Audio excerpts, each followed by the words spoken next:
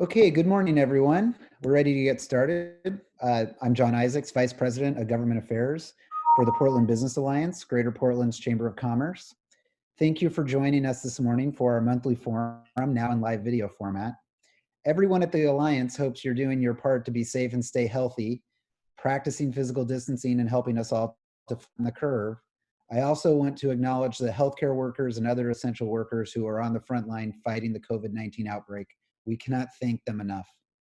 Huge thanks to many of our members on this call today who have answered the call to help support our community in countless ways. As I mentioned before, the Alliance is here to be a resource to our business community. We have set up a page that is COVID-19 focused and is updated frequently. Visit portlandalliance.com/COVID-19, and you can follow us on social media for updates. You can find us on Twitter, Instagram, and elsewhere at PDX_BizAlliance. at PDX_BizAlliance. A recording of this presentation and links for resources mentioned will be available shortly after we wrap up this morning. Of course, none of these events could happen without the support of our members, and we thank you for that as always. I would also like to thank today's video forum sponsors, KeyBank, Legacy Health, and the Portland Tribune. And today, joining us from the Portland Tribune is Mark Garber, President and Publisher. So Mark, you have a few comments for us? Sorry, I had to get off the mute there. Good morning, everybody. First of all, I'd just like to thank the PBA for continuing these forums during this health and economic emergency. You know, even though we're all socially isolated, it's important to have these types of events to give businesses in particular a common understanding of important issues. The Portland Tribune and Pamphlet Media Group have been sponsoring the PBA's monthly forum for more than 10 years. And the reason we do that is because we really think these discussions enlighten the audience on the most important issues in our communities. Our belief at the Pamphlet Media Group is that quality journalism builds stronger communities. But, you know, like all businesses, our 25 newspapers and their websites have taken a big economic hit during this crisis. At the same time, we actually are seeing the greatest interest we've ever seen in our journalism since the COVID-19 crisis began. The web traffic for the Portland Tribune alone has more than doubled as people seek out, you know, credible local information about the crisis. You know, we've also been working hard to help other businesses during this time, and we've been offering matching grants for advertising, and we've had more than 100 businesses who've stepped up to say that they want help in marketing their products and continuing to stay in business during the crisis. So we've seen an incredible response to that matching grant program. So anyway, we're pleased today to be sponsoring this particular discussion, and we all recognize that homelessness is going to continue to be a big issue long after the COVID-19 crisis is abated, and it's particularly a big crisis right now with the health emergency that's occurring. So thanks again to the PBA for keeping these conversations going, and I personally look forward to today's program. Thank you very much, Mark.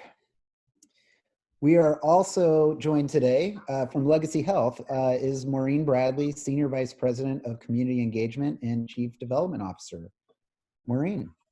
Thank you, John. Good morning, and thank you to the Portland Business Alliance for bringing this important measure and discussion here today. Legacy Health would like to take this opportunity to extend a gratitude to our generous donors, our business leaders, their employees, and our patients for the many personal sacrifices that were made to follow the governor's stay home and save lives order. It was over 100 years ago that our region rallied together to fight the flu of 1918. Like then, we will get through this. And on behalf of Legacy Health and all of our healthcare partners, thank you for joining us in making your safety and those around you a #1 priority.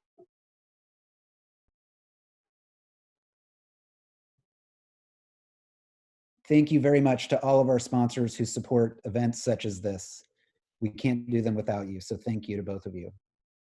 So this morning we are discussing the potential impact of Measure 26-210, the homeless services measure voters will decide on May 19th, 6 days from now, The measure is designed to alleviate chronic homelessness for those living in our region. Solving chronic homelessness has been a top priority of the business community and our organization for many years. And I want to just, for full disclosure here at the beginning of the discussion, the Portland Business Alliance is proud to be standing with the broad and diverse stakeholders of the Here Together Coalition in support of this measure. Our guest panelists today are experts, and this discussion is designed to better understand this measure from their perspective.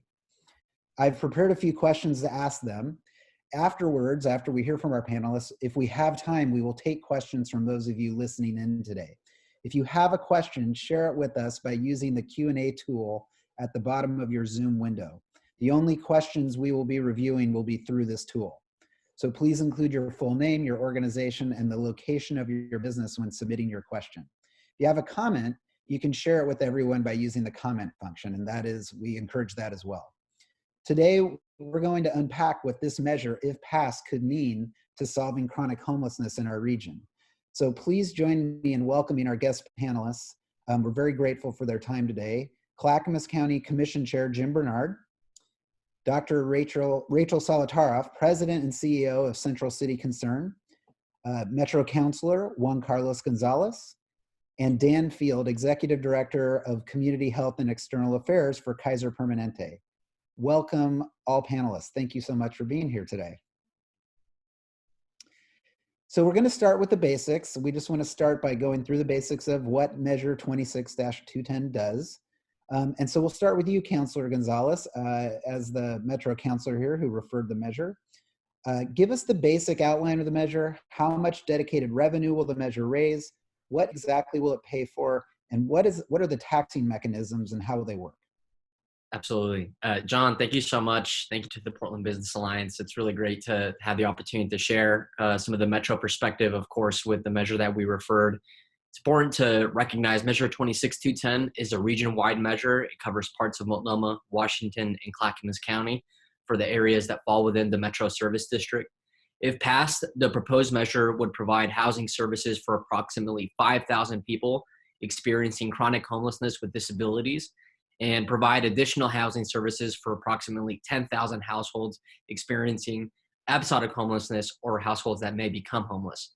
The measure raises about $250 million per year for 10 years from two distinct revenue sources, a 1% marginal high-income earners tax on joint households earning $200,000 or more per year, and also individuals earning more than $125,000 per year.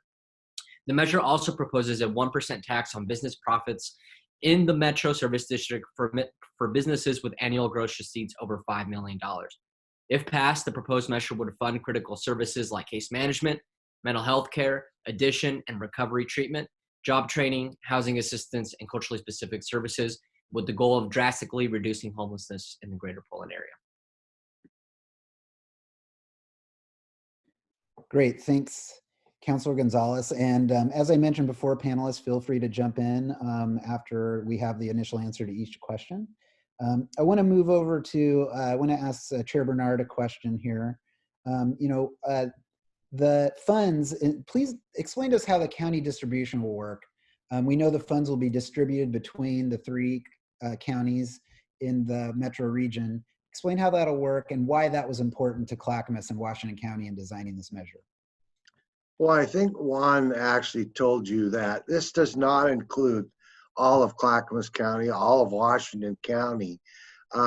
So, you know, it's really a partnership with Metro and with the Metro region to share funds that will have the greatest impact on the homeless problem. I think it's important to note that this is not a solution. It's a step, it's a phase towards resolution of this problem, but it will not solve the problem. So really the money comes in and there's a certain percentage based on population, for example, in the metro region that will be distributed to each county. The county itself is responsible for spending that money where it does the most good. And Metro's only role really is to collect the money and to make sure it's spent in a way that the region has envisioned it would. And that's really for supportive housing, we can build all the housing we want, but unless we have supportive housing, we're not going to solve anything. We have a very high percentage of folks who are disabled, who have chronic alcoholism, mental health issues, all those things, and you can't just put them in a unit and say it's all yours. Go ahead and live your life. We do that for some who can do it on their own, but the growing crisis in the region, most of those people are out there for things like domestic violence, alcoholism, mental health, disabilities. The fact that they just can't possibly afford a single unit is another issue.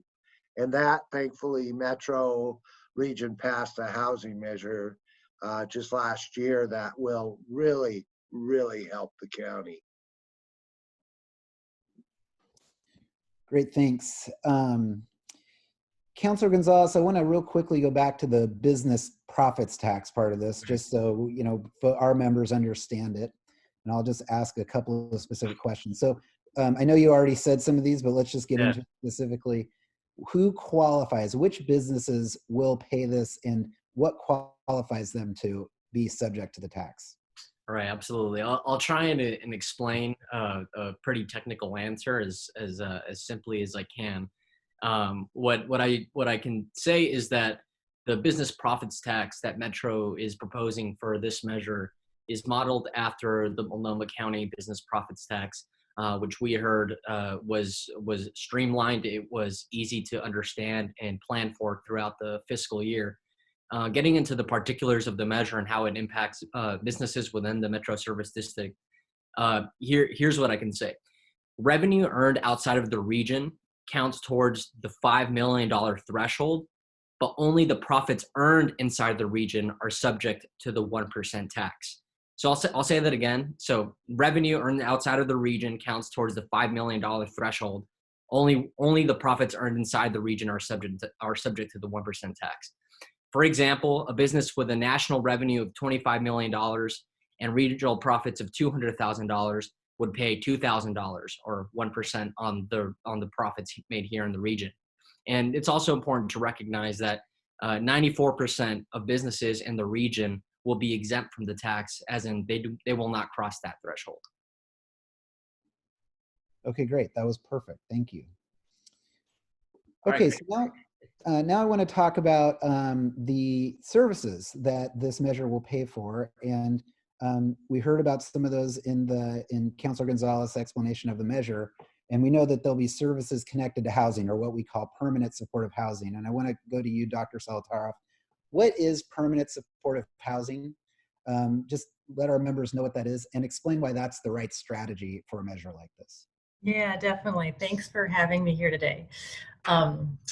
This is my first big Zoom broadcast in this new world, so it's a wonderful growth experience. I just want to echo also before I start what Chair Bernard said, which is this remarkable opportunity we have to couple the investments made in capital and the bricks and sticks of housing through the Metro Housing Bond last year, now with a measure that would provide the supportive services. And you articulated that really beautifully, that you can't, some folks can just move into a unit and do fine, but particularly for people who have experienced chronic homelessness or repeated episodes of cyclical homelessness, just putting somebody, either an individual or a couple or a family, into a unit without services is going to fail and is going to be a poor use of that resource. So if you think of what puts somebody into homelessness and keeps them there, those are some of the things that permanent supportive housing is looking to address. One is just the physical situation of not having a place to live. The second may be economic or social or health-related issues that perpetuate their homelessness. And the third, which is also important but often overlooked, is just the accumulated trauma of being on the streets. And what permanent supportive housing does is it provides a person-centered and place-based approach to address all three of those things: the roof over somebody's head, and the supportive services to maintain them there and grow their trajectory of health and well-being. Very often, permanent supportive housing programs might only address one of those things, maybe some rent, maybe some case management, maybe some employment services, maybe some peer support or mental health services. And putting that piecemeal work together is very difficult. And also the screening can be sometimes so specific that it screens people out. So having an opportunity like this, which has more flexibility in funding and the ability to wrap funding around individuals and populations, will allow us to move the needle in a way we haven't before. Two other quick points I'll make about supportive housing. One is, even with permanent supported housing, that means an individual can stay there as long as they like, but that may not necessarily be the case. Some of those folks may gain a degree of self-sufficiency and move on to other housing environments on their own, still with some services, but maybe not with everything they needed before. And there's also another model, not permanent supportive housing, but transitional or stabilization housing, which can be really effective for folks whose lifetime trajectory may look a little different than someone who needs PSH. That might be folks exiting incarceration, folks who are early in recovery after detox or residential services, people with serious mental illness who are being diverted from the criminal justice system. And a transitional or stabilization housing program, which again provides rent and services and supports, can help those people go on to a life, transitioning into housing in the community, full-time employment, reuniting with their families. In that model, one single unit of housing may end homelessness for 2 or even 3 people a year. So that would be another opportunity for a different population than the one I cited earlier, for which some of these funds could be used to end homelessness for another group of folks.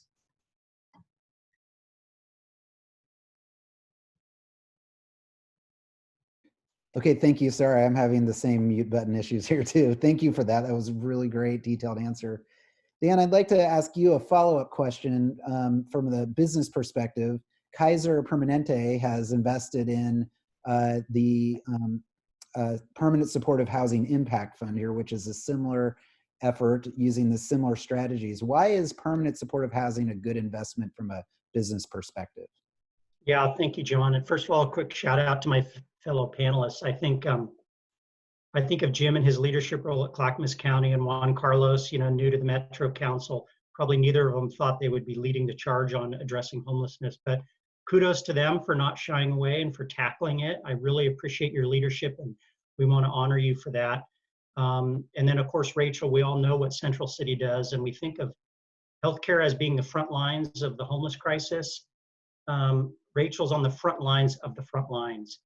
And we're really grateful, Rachel, for your leadership in the community as well. We'd be much worse off if you in Central City were not serving our most vulnerable.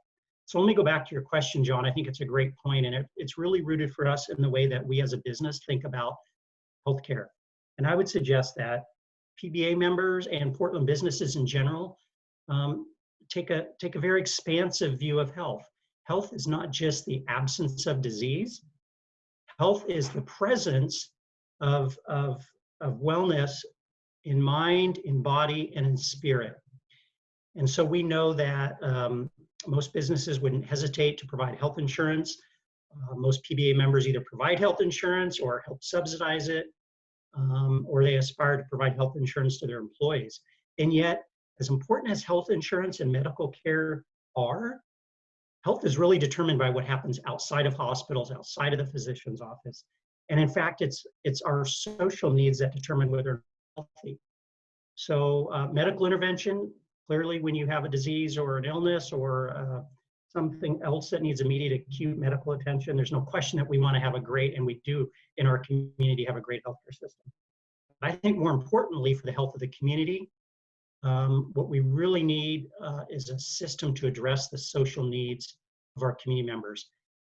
If you're hungry at the end of the month, if you're worried about sleeping in your car, and if you're not in a place where your social needs are being met, you're not going to be healthy no matter how great your health insurance or your medical care is. So we take an expansive view of health.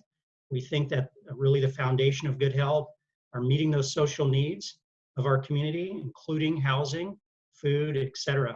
And so our investment in this measure, our investment in creating an infrastructure to support permanent supportive housing, and then of course in Portland and Eugene, and soon in Salem, our actual investment in permanent supportive housing, that's all grounded in our view of health.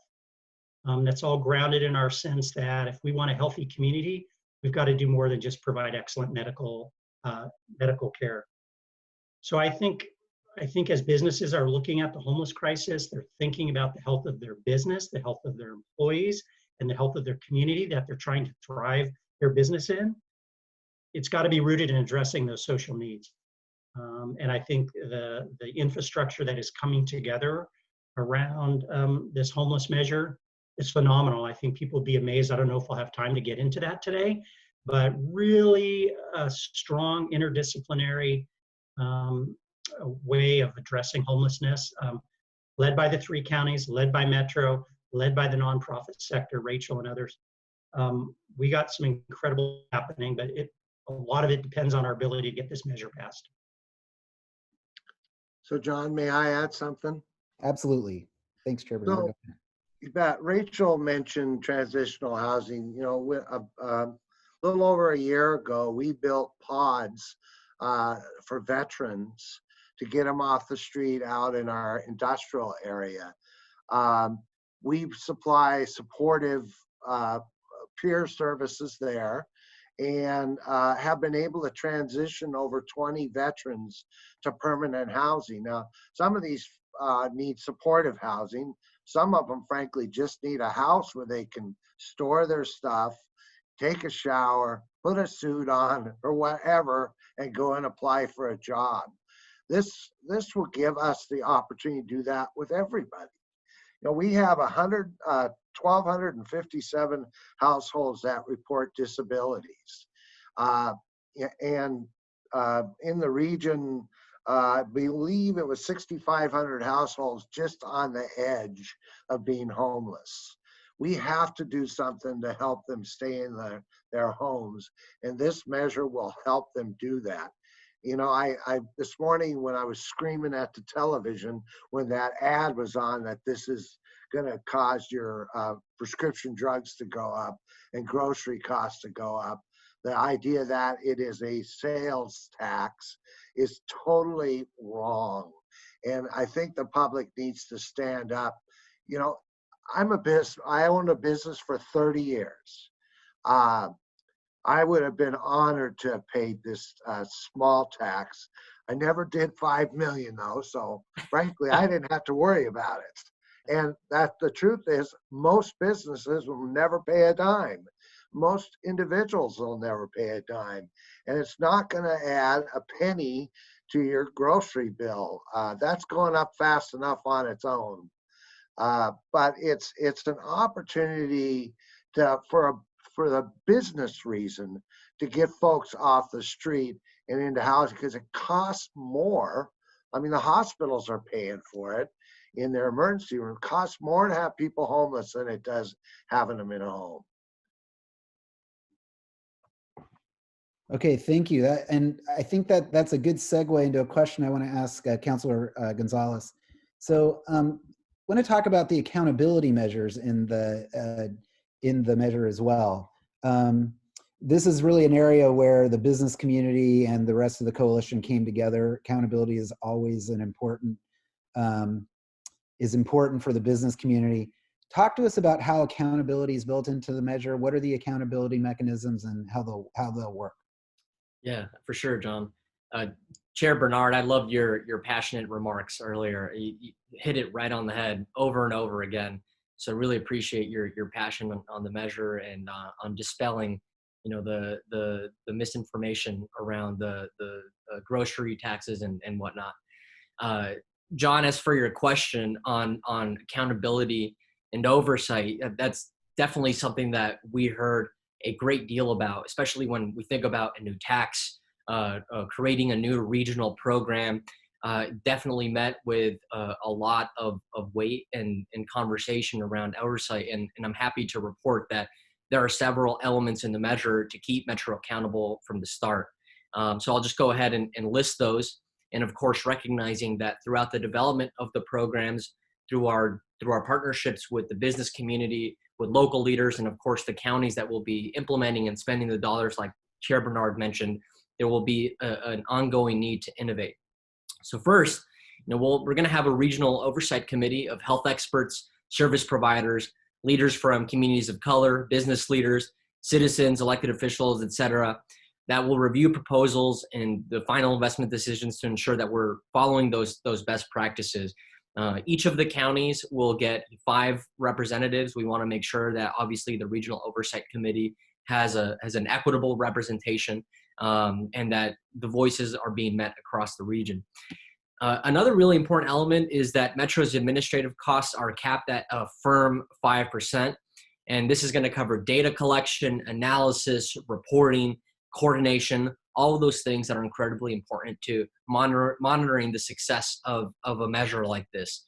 We're going to have regular independent audits to examine our fund management, to examine our data, make sure that we're being transparent and accessible based on what we're saying we're going to do, and of course, meeting those expectations with the voters. The 3 county board of commissioners will also finalize local implementation plans to serve their local needs, which would be approved by the oversight committee and of course by the Metro Council, essentially intertwining our accountability and partnership to meeting this. And of course, the counties are also going to have independent audits on service delivery and outcomes and the partnerships. I think a really important item as well that I heard from the business community in my district, which is Beaverton, Hillsborough, Cornelius, Forest Grove, was the need for a hard sunset after 10 years. And that really gives us, the elected officials, the service providers that know that these dollars are critical to addressing this crisis, that we'll have to do a great deal of work in these 10 years to prove to voters that we did what we said we were going to do. We have drastically reduced homelessness. And of course, recognizing that these dollars weren't easy to come up with, and that there was a great deal of sacrifice for many folks to pay the tax. So for me, a hard sunset is a great accountability tool. And in 10 years, I want us all to be able to look back and say, we did something significant. And if we want to ask for the voters again, we're going to have to be able to prove that. Great. Dr.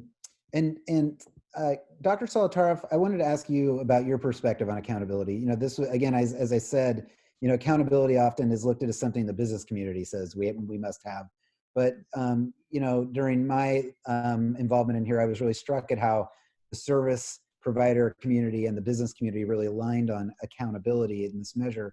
Talk about how you view accountability from a service provider perspective.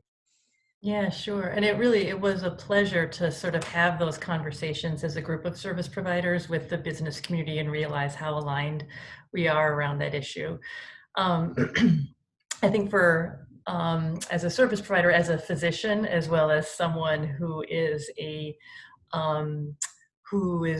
charged with supporting people exiting homelessness, rebuilding their lives, reuniting with their families, that's something we take as I say, as serious as a heart attack. And so accountability becomes really a key driver for us.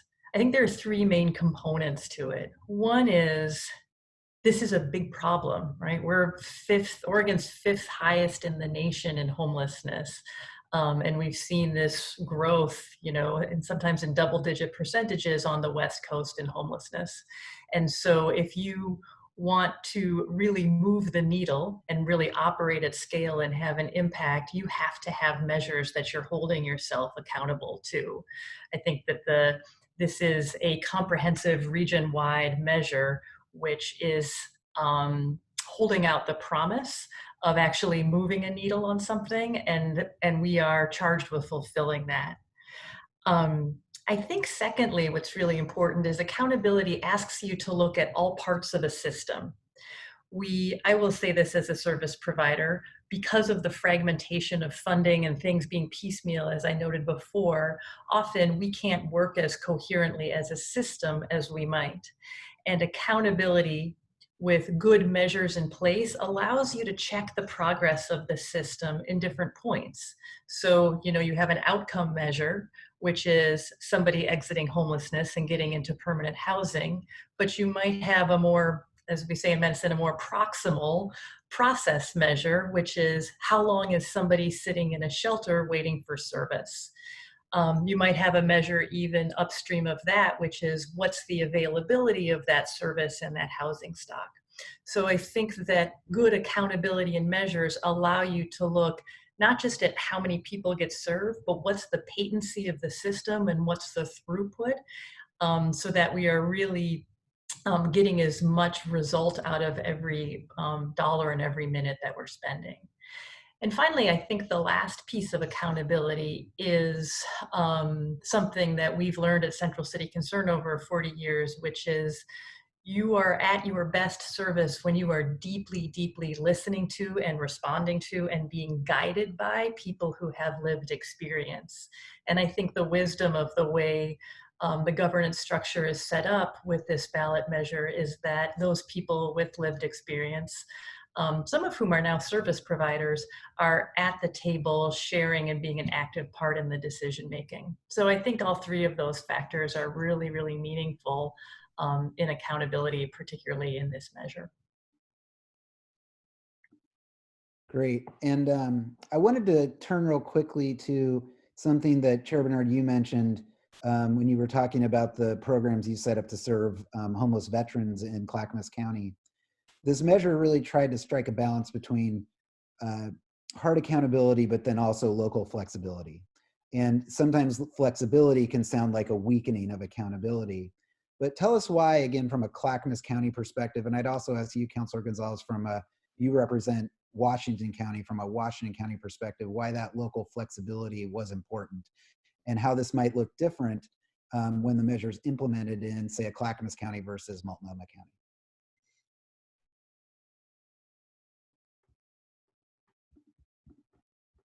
Chair Bernard, you want to take it first? Yeah, I got to turn this mic on. All right, great. That's the first time I've made that mistake. There are no walls that separate Washington County and Multnomah County that keep certain homeless people one side or the other.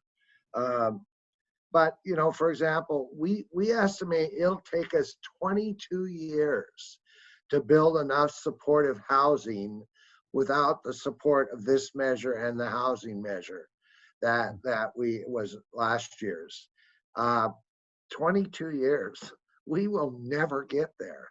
But Clackamas County's needs, while there are many similarities to Multnomah County and Washington County, they are different. And we work in the front line, our folks do. They know what our needs are. We don't want Metro. We don't want anybody to tell us how to spend the money. So we sat down at a table and negotiated this for a long time, how Clackamas County is going to spend its money. And we accept the fact that, these dollars will be spent differently in every county. But our experts, I thought it was funny that I was described as an expert. I'm certainly not. I think maybe Rachel over there is an expert. But our folks who are working on this issue certainly know what we need to do. For example, the housing bond, we bought a facility in Gladstone that we're going to be remodeling. It was an old senior center, and we're going to be putting supportive housing in there. There's quite a number of units. It's something that Gladstone has a high population of homeless. So we know that in that area of the county, we have specific needs. And that's true in all our counties, that one need may be different from, from here to there. The other thing is that this measure gives us an opportunity in our rural communities to build supportive housing with the monies that we got from the federal government, if we ever see any money from them again. This allows us to address our specific needs. I don't know how to tell you any more than our experts and everybody's experts sat down and figured out what was important in our county. And thankfully, we came to an agreement on what would we would get best value for every dollar. That's spot on. And Chair Bernard said it multiple times, and I don't think I can say it better than he has. And I do appreciate this question very much, John. And for me, the answer is simple. You know, the needs of downtown Hillsborough are different than the needs of downtown Portland. For me, the beauty of a regional response is that we get to have a coordinated effort across multiple jurisdictions, aiming at the same goals, the same outcomes, recognizing that you can get there in different ways based on what's going on in downtown Hillsborough and what's going down in, let's say, downtown Oregon City. Homelessness, as was mentioned earlier, is a very complex issue with multiple variables that cause an individual or a set of individuals to become homeless. And what we recognize is that there are multiple services, multiple opportunities for people to exit as well, with highly flexible wraparound services in that supportive housing unit. The importance of having flexible dollars and flexible opportunities is, Hillsborough, Cornelius, Forest Grove, Beaverton, each of these communities, they have different small businesses, different sets of volunteers, different service providers that specialize in services that are hyper localized. And for me, that is really important to recognize that on a human element, delivering services to people, these hyper local understanding services are what is really going to make a difference. But I appreciate the question around flexibility and recognizing that at times the use of flexibility can be used as a negative, when in reality I think it's a positive thing, especially for this measure. Yep, and it's interesting how that push-pull between tough accountability and then flexibility are at constant. They're levers that you have to balance out in any measure, and this measure seems like it did a great job of finding the balance. Dan, I just wanted to ask you, we're getting here to the end of our prepared questions, and we're going to have a few questions from the audience, but give us the business case for this. Why is this a good investment for the business community, and why is this a measure the business community should support? Yeah, thanks, John. I'll take that in two parts. First of all, I don't think any business leader on this call, any business leader that is savvy enough to belong to PBA, I don't think any of those folks need to be convinced that this is an obligation for us to address. We know why we fund public safety. We know why we fund roads. We know why we fund public infrastructure, education. Unfortunately, we have to address homelessness in the same way. This is a community investment that we have to make, and I don't think we need to spend a lot of time convincing savvy business leaders that this is something they need to do. I think the question that business leaders are going to ask is this the right strategy? Is this going to work? Is it going to get people off the street? Is it going to help people address addiction and mental health? Or is it going to be money down a hole? We've seen instances where community leaders, elected officials have asked us as business leaders to make investments, and it doesn't produce the return that we're looking for. So I want to address that second part of the question. And I want to tell people that I think this is absolutely the right strategy. Dating back over 5 years now to a project that Rachel and her predecessor Ed Blackburn led, we have seen elected officials, Tri-County officials, nonprofit service providers, major healthcare systems, including our sponsor Legacy, Kaiser, OHSU, Providence, and others. We've come around the housing table and the homeless table, if you will, in a way that's unprecedented in other communities. This is not a government initiative. This is not a nonprofit service provider initiative. This is not a big health system initiative. This is all of us around the table together, creating a system to catch people, put them into the permanent supportive housing and the transitional housing that you've described, that we've heard described earlier. And now what we're ready to do as we have put that system together is we need the investments that allow us to make those investments in our community infrastructure. So I think as I said, if I'm a business leader, I'm saying, I understand the objective. Is this the right strategy? And I'm here to tell you this is absolutely the right strategy.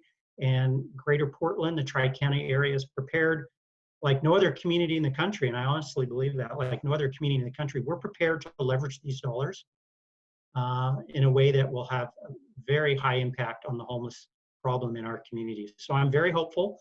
I think PBA's support is going to be hugely impactful.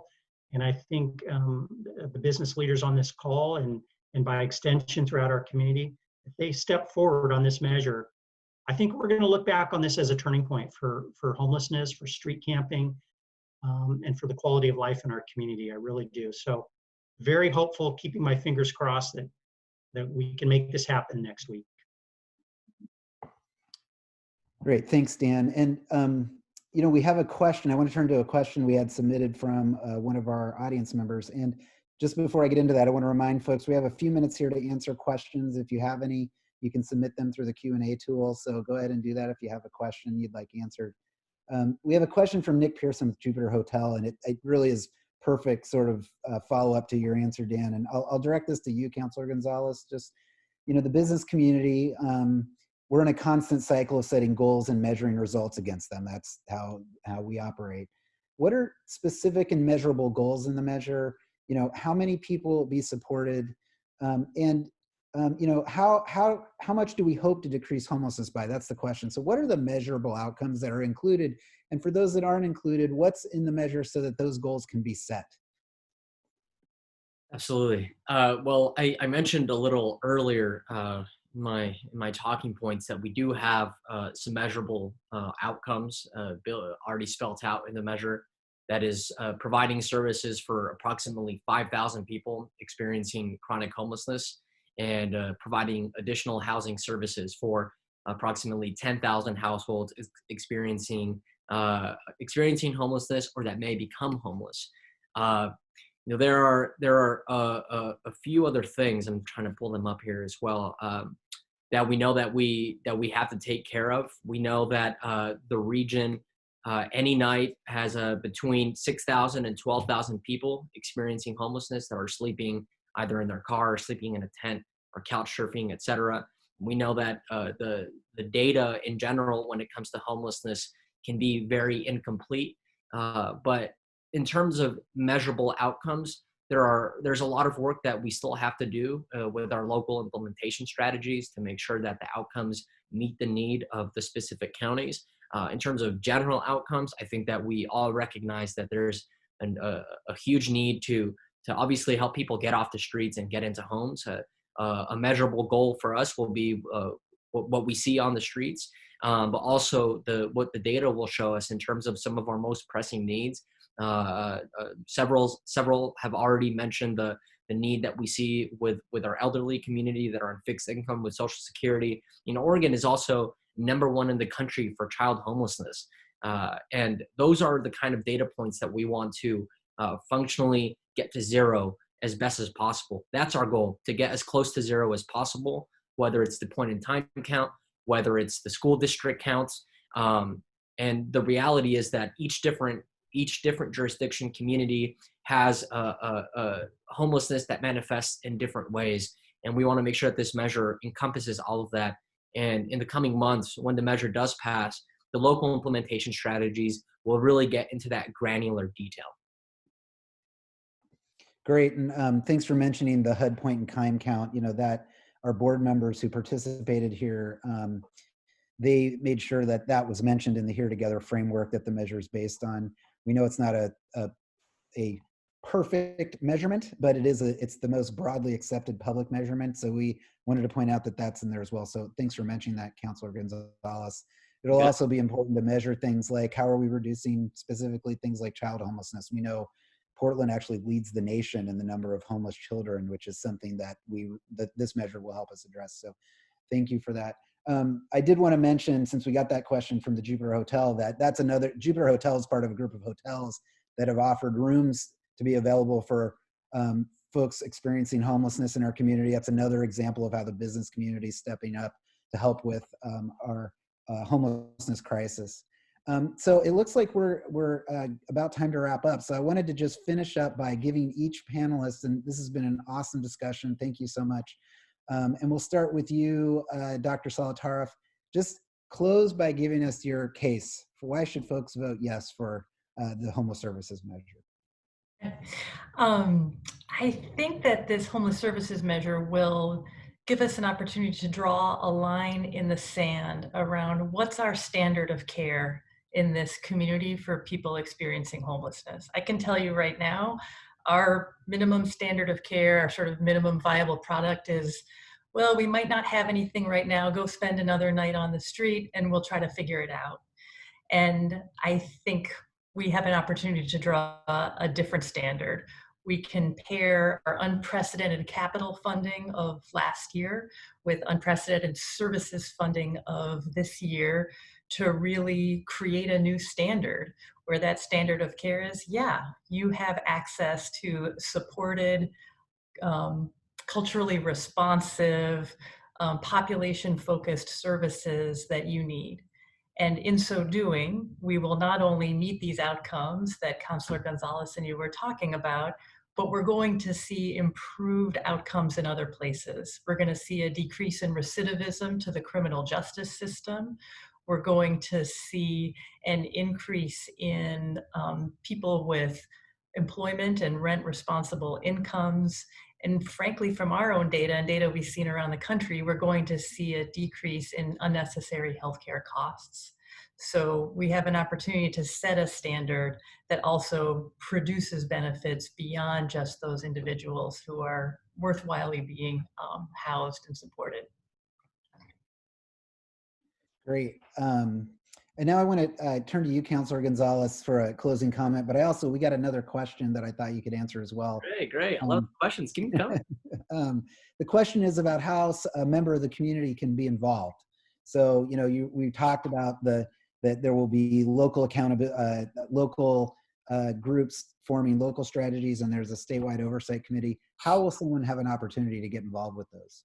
Yeah, for sure. So the council is already committed on May 20th to announcing some of the process for how we plan to install the regional oversight committee.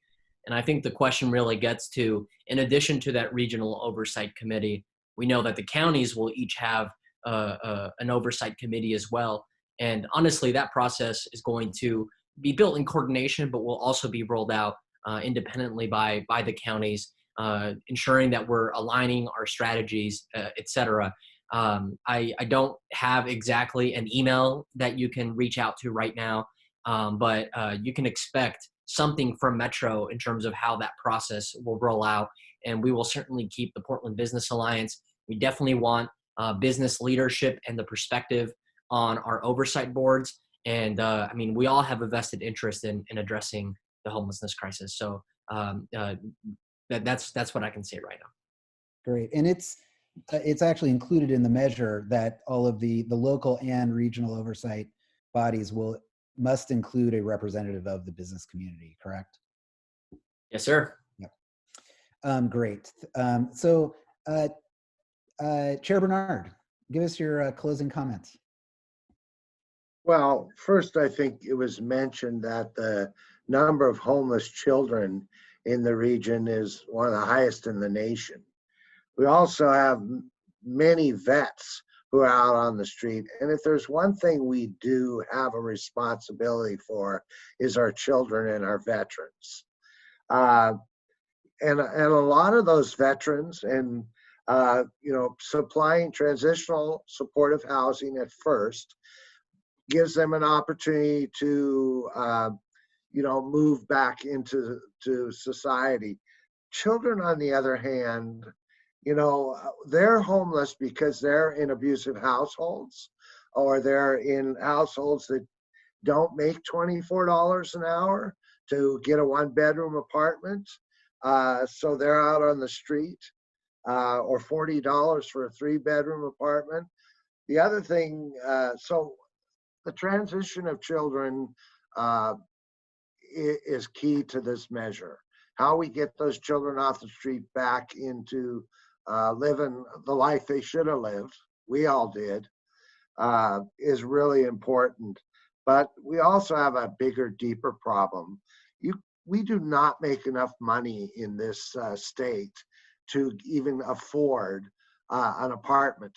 To make $24 an hour is just impossible for a lot of people, and $40 for a 3-bedroom apartment. We need to reduce the cost of housing. I think the housing measure gave us an opportunity to look at how we can build units. One time we were paying $245 a square foot, and we're working with others. We're getting down below 200 a square foot. That's really important. But this measure is important to all of us. Homelessness is costly, it's destructive, and frankly, it should be unconstitutional. But we're working hard, and this measure will give us an opportunity. Like I said, 22 years without this measure before we have supportive housing for those who need it. That's just wrong. So thank you, Metro, and thank you, the region, for the hard work putting this measure up, and the voters an opportunity to say yes. Thank you, Chair Bernard. And so Dan, we'll wrap up with your closing comments. Yeah, first I have to ask Jim. Jim, that was quite a stump speech. Are you running for governor in 2 years? I thought about the president, but I'm getting too old for that. Oh, age is a state of mind. Yeah, so thanks, John, and thanks for PBA, Andrew, and you, and Ashley, and others for putting this on. This is the issue of our day. And next Tuesday, when we turn in our ballots, we get to decide what kind of community we want to be. It's really that simple. We want to be a community where homelessness continues to persist, where we continue to walk out our front doors and see street campers, where we see people clearly in deep distress from substance abuse disorder, from mental health issues, walking our streets. Or do we want to be a community where we've leveraged the capital investments at Metro and City of Portland and other places that have already been made, where we leverage the kind of collaboration you're seeing on this call, where you've got public sector, private sector, healthcare, and business leaders, all of us together around this virtual digital table. We can leverage that collaboration. We can leverage the capital investments that our state and communities have made in housing stock. But we need this final missing piece. We need the piece that provides the permanent supportive housing, that provides the coordination, that provides, frankly, the ability to track folks and get them directly to the services they need. That's the missing glue for this. And that's what this homeless measure is designed to address. So I really encourage people, obviously vote, look at the measure, and just know that with this final piece, we're going to make some real headway to addressing this crisis. And I know what kind of future I want for myself, for my family, for my kids, for my neighbors. And next Tuesday is when we can make it happen. Great. That was a great statement for us to wrap up on. We could continue to talk about this for much longer, but unfortunately we've run out of time. I want to just say a huge thank you to all of our panelists. Thank to each of you for your time today. That was a great discussion. And we want to thank our sponsors again, KeyBank, Legacy Health, and Portland Tribune, again, for making this event happen today. And we want to thank our attendees for taking the time out of your day to be with us. Make plans to join us this Friday for our next COVID-19 Recovery Roundtable with the regional county chairs. We'll have Chair Bernard again with his colleagues. They'll be joining us to talk about the latest framework for efforts to reopen business in the region. That is this Friday at 4 p.m. So you'll be able to end your week with that really important discussion. You can register for that event at portlandalliance.com. And as we mentioned, we will continue to share updates with you on our website at portlandalliance.com as well. That's it for today. Thanks again to our panelists, and have a great day. Stay healthy, everyone.